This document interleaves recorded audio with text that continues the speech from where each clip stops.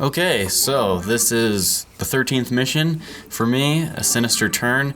This is the second Protoss mission.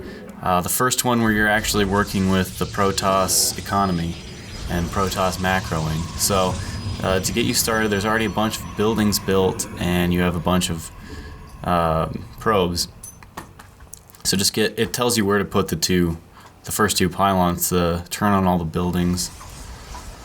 So just wait for those to turn on, and then I start upgrading the ground forces right away at the forge. I'm going to build some more probes at the Nexus. And there's three, well, it'll show up later, but there's three additional buildings that you'll be able to get. And that's part of the... Oh yeah, I guess we go over the achievements. That's part of getting all the objectives done. Yep, for 3 achievements for Sinister's turn. I said, blah. First one is complete all mission objectives in a Sinister turn mission. That's on any difficulty. And what are the other mission objectives besides just finishing it? Probably capturing those 3 buildings? Yeah. Okay. And destroying... Oh, that's right. You get +1 research for each building that you power with the pylon. Yeah, and then destroying the 3 things that keep making the hybrid. Oh, but that's just completing the mission. Yeah. It's not like a side objective. No. Okay. Okay, so you want to build zealots first because they don't require any gas. So they're a good starting unit. Yeah, build 2 quick zealots. What I like to do at the very beginning of this is build 2 quick zealots, rescue that Dark Templar shrine, which gives you 2 quick Dark Templars, and then use those guys to just start taking out some of the patrolling forces and rescue some of the other buildings. Okay. I went for the Immortal. What's that one called? That building? Well, whatever the building I think that it's the makes... Cybernetics Core. Yeah, that makes... no, that's the Cybernetics Core right there. Shoot, what is it called? I can't think of it at the top of my head, but it makes Immortals, so I'm going to get that first. And in multiplayer, it also makes the Warp Prisms and the Observers and the Stalker, or not Stalkers. What are those tall Colossus? Colossi as well. So there's going to be one guy guarding it, so send some zealots over. Put the pylon behind it. Okay. Because what'll happen throughout this mission is there'll be random units that just kind of come and attack your base, and if you put that pylon behind it, the hybrid? The hybrid will not get distracted by that and take out that building. Okay.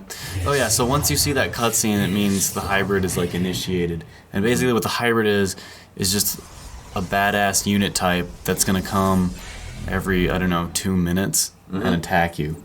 So that's kind of where the challenge comes in this mission. Make sure you're keeping up with building pylons. And I set my rally point for the Immortals to the main front of this base. So is this the first time we see Immortals? No, it's not, because we saw them on the dig. Yeah. Unless you're playing on a different difficulty than hard.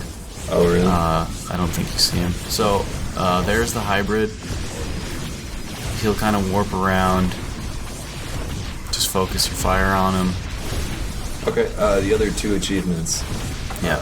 The second one is marked for death. Is that a typo? M-A-A-R? No, I think it's a reference to something. Oh, okay.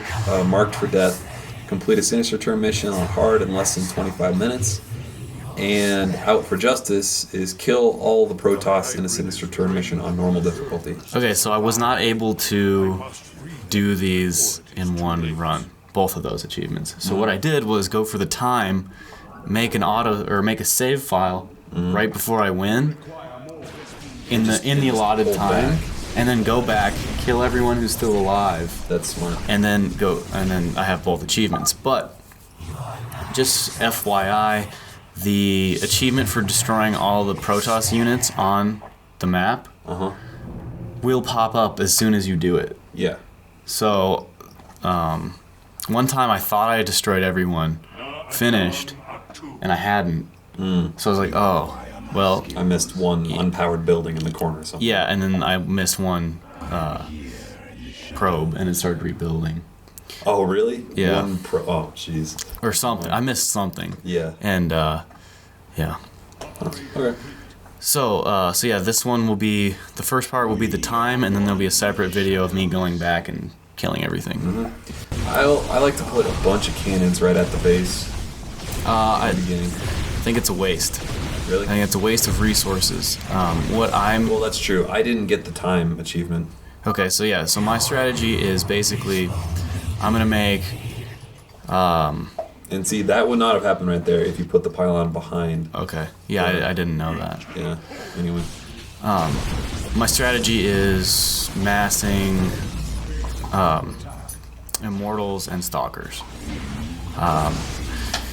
And basically having them at the front of my base anytime I'm not attacking and going to rescue like one of those unpowered dark shrines or whatever. Mm-hmm. And I do take the guys that I get for free. Like you get 2 free Dark Templars and 1 free High Templar. Mm-hmm. I take them and I make a few more of them, but my main focus was the Immortals and Stalkers because the Immortals are great against the hybrid. Mm-hmm. And the Stalkers you need for shooting the air because there's Void Rays at the bottom base who will just tear you apart. And there's one Void Ray at the base on the right, which is annoying. Yeah, so... And then there's one cannon guarding the base on the right. So if you can take out the pylon that's guarding the cannon, you can just let the 2 Dark Templars just do their work because they're permanently cloaked. Yeah, I didn't use the Dark Templar strategy as much as you did. Oh, really? But it is a good one if they, because basically Dark Templars are invincible unless they have detection. Right.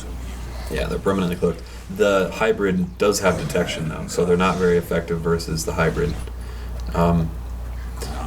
So there I got my Dark Templars, I'm adding them to my army, keeping my army in front of my base, and then basically... So you're just building up a force strong enough to walk over and take everything out. And take the very end thing out. Mm-hmm. Okay. Because I'm going for time basically. So I'm just building an army, not wasting any money on cannons.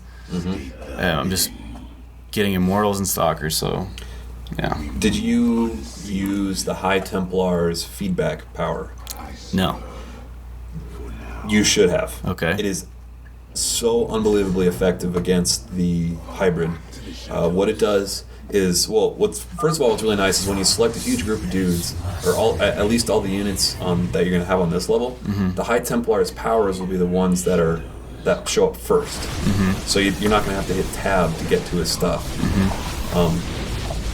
But the feedback power, what that does is it drains all of the hybrid's magic and does the amount of magic that he has as damage to him. Wow, that is awesome.